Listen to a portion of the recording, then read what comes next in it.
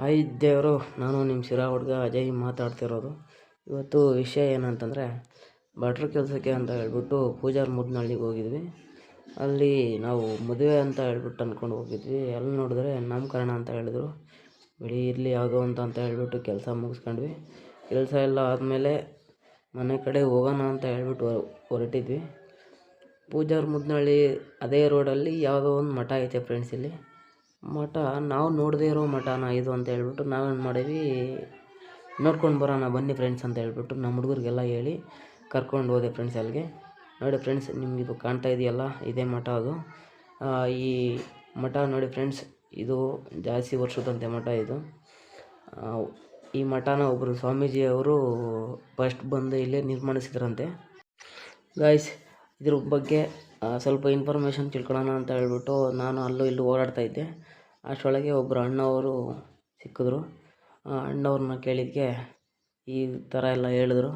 Friends ಬನ್ನಿ, ನಿಮಗೆ ಅಣ್ಣವ್ರನ್ನ ಪರಿಚಯ ಮಾಡಿಸಿ ಈ ಮಠದ ಬಗ್ಗೆ ಎಲ್ಲ ತಿಳಿಸ್ತೀನಿ ಇವಾಗ ನಿಮಗೆ. ಫ್ರೆಂಡ್ಸ್ ಇರಿ.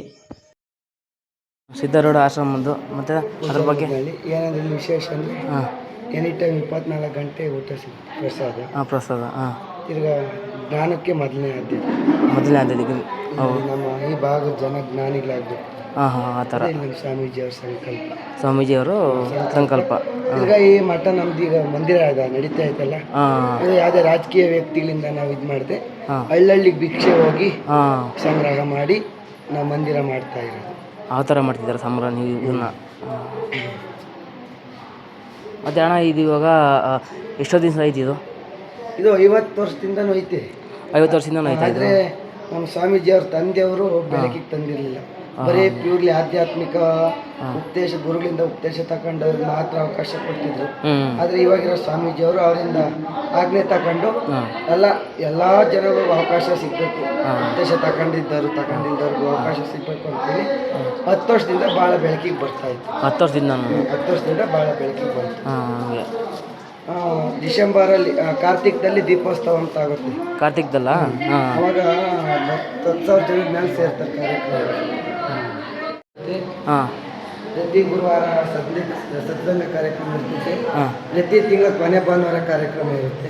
ಭಾನುವಾರ ಪ್ರತಿ ತಿಂಗಳ ಕೊನೆ ಭಾನುವಾರ ಮಾಡ್ತಾರೆ. ಓಹೋ, ಆ ಥರ. ಅವಾಗ ತಿಂಗಳ ವಿಶೇಷ ಕಾರ್ಯಕ್ರಮಗಳು ನಡೀತವೆ. ಕಾರ್ತಿಕ, ಶ್ರಾವಣ, ದಸರಾ ಟೈಮಲ್ಲೆಲ್ಲ ವಿಶೇಷ ಕಾರ್ಯಕ್ರಮಗಳು ನಡೀತವೆ. ಮತ್ತು ಅಣ್ಣ, ಅದೇ ಇವರು ಸ್ವಾಮೀಜಿಯವರು ಇದ್ದಾರಲ್ಲ, ಸ್ವಾಮೀಜಿಯವರು ಸ್ವಂತ ಊರು ಅವ್ರದ್ದು ಅಂದರೆ ಸ್ವಾಮೀಜಿಯವ್ರ ತಂದೆಯವ್ರದ್ದು ಅರಸೀಕೆರೆನಾ? ಅವರು ಟೀಚರ್ ಆಗಿ ಈ ಭಾಗಕ್ಕೆ ಬಂದು ಇಲ್ಲಿಗೆ ಇಲ್ಲಿ ಗುರುಗಳನ್ನ ಹುಡುಕಿ ಅವರು ದೀಕ್ಷೆ ತಗೊಂಡು ಈ ಭಾಗದಲ್ಲಿ ಆಶ್ರಮ ಮಾಡಿ ಇಲ್ಲೇ ಇದ್ದಾರೆ.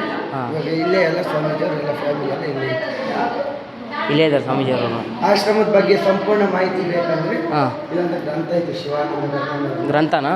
ಅದನ್ನ ಅಧ್ಯಯನ ಮಾಡಿದ್ರೆ ನಮ್ಮ ಆಶ್ರಮದ ಸಂಪೂರ್ಣ ಮಾಹಿತಿ, ಆಶ್ರಮ ಹೆಂಗೆ ಅಭಿವೃದ್ಧಿ ಆಗಿ ಹೆಂಗೆ ಬೆಳವಣಿಗೆ ಆಯಿತು, ಸ್ಥಾಪನೆ ಆಯಿತು, ಈ ಗ್ರಂಥ ಅಧ್ಯಯನ ಮಾಡಿದ್ರೆ ಸಂಪೂರ್ಣ ಮಾಹಿತಿ ಸಿಗುತ್ತೆ. ಗೈಸ್, ಇದ್ರ ಬಗ್ಗೆ ಅಣ್ಣವರು ಎಲ್ಲ ತುಂಬ ಚೆನ್ನಾಗಿ ಹೇಳಿದರು. ಇದ್ರ ವಿಶೇಷತೆ ಏನಂತ ಹೇಳ್ಬಿಟ್ಟು ಬನ್ನಿ ಫ್ರೆಂಡ್ಸ್, ಈಗ ಈ ಆಶ್ರಮ ಹೇಗಿದೆ ಅಂತ ಹೇಳ್ಬಿಟ್ಟು ನಾನು ನಿಮಗೆ ತೋರಿಸ್ತೀನಿ. ಯಾವ ಥರ ಇದೆ ಅಂತ ಹೇಳ್ಬಿಟ್ಟು ಕಾಮೆಂಟ್ ಮಾಡಿ. ಹಾಗೆಯೇ ನೀವು ಒಂದಲ್ಲ ಒಂದನ್ನು ಇಲ್ಲಿಗೆ ಬಂದೋಗಿ, ಯಾರ್ಯಾರು ಇಲ್ಲಿ ಬಂದು ಹೋಗಿದ್ದೀರೋ ಅವರೆಲ್ಲ ಶೇರ್ ಮಾಡಿ, ಕಾಮೆಂಟ್ ಮಾಡಿ ಫ್ರೆಂಡ್ಸ್.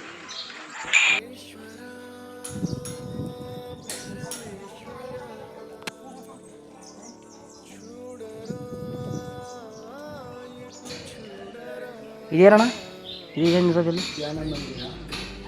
ಧ್ಯಾನ ಮಂದಿರಣ್ಣ.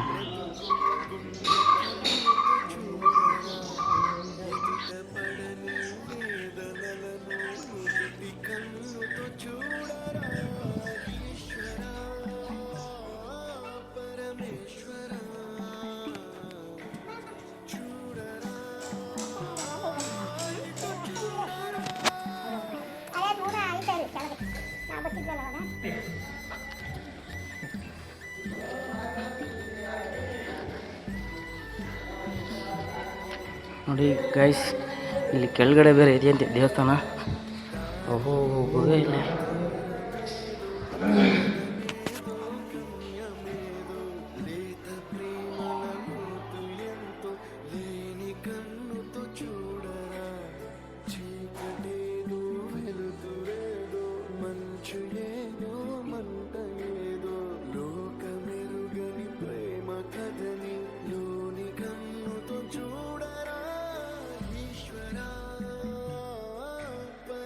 ಈಶ್ವರ